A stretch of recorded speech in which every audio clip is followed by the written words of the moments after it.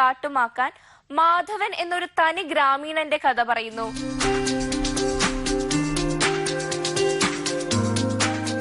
ഗ്രാമത്തിലെ ഒരു ചെത്തു തൊഴിലാളിയായ മാധവൻ ഭാര്യ ഗൗതമി, മകൾ നീതു, മകൻ രാഹുൽ എന്നിവരോടൊത്ത് സംതൃപ്ത ജീവിതം നയിച്ചു പോരുന്നു.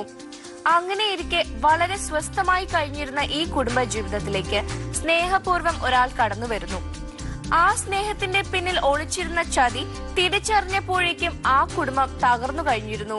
എന്നാൽ തകർന്ന കുടുംബവുമായി അടങ്ങിയിരിക്കാൻ മാധവൻ തയ്യാറായിരുന്നില്ല. ആ അപരിചിതൻ തകർത്തെറിഞ്ഞ ആദ്യത്തെ കുടുംബമായിരുന്നില്ല മാധവന്റേത്.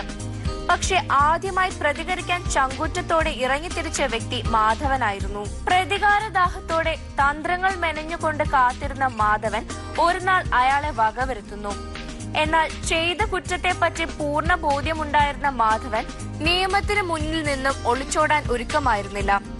തെളിവുകൾ സഹിതം മാധവൻ നിയമത്തിന് മുൻപിൽ പ്രത്യക്ഷപ്പെട്ട് കുറ്റസമ്മതം നടത്തുന്നു.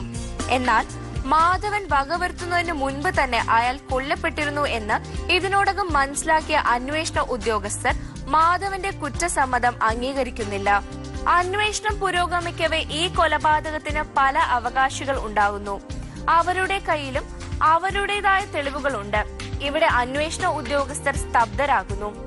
തെളിവുകളുടെ ധാരാളിത്തവും സാക്ഷികളുടെ ആധിക്യവും മൂലം യഥാർത്ഥ കൊലയാളിയെ കണ്ടെത്തുവാൻ നിയമത്തിന് കഴിയാതെ വരുന്നു. തുടർന്നുണ്ടാകുന്ന സംഭവബഹുലമായ മുഹൂർത്തങ്ങളാണ് കാട്ടുമാക്കാൻ എന്ന ചിത്രത്തിൽ ദൃശ്യവൽക്കരിക്കുന്നത്.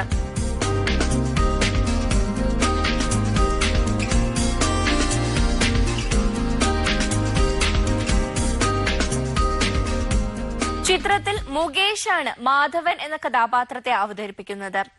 അഭിനയ രംഗത്ത് 33 വർഷങ്ങൾ പൂർത്തിയാക്കുന്ന മുകേഷിന് ലഭിച്ചിരിക്കുന്ന മികച്ചൊരു വേഷമാണ് ഈ ചിത്രത്തിലെ മാധവൻ എന്ന കഥാപാത്രം.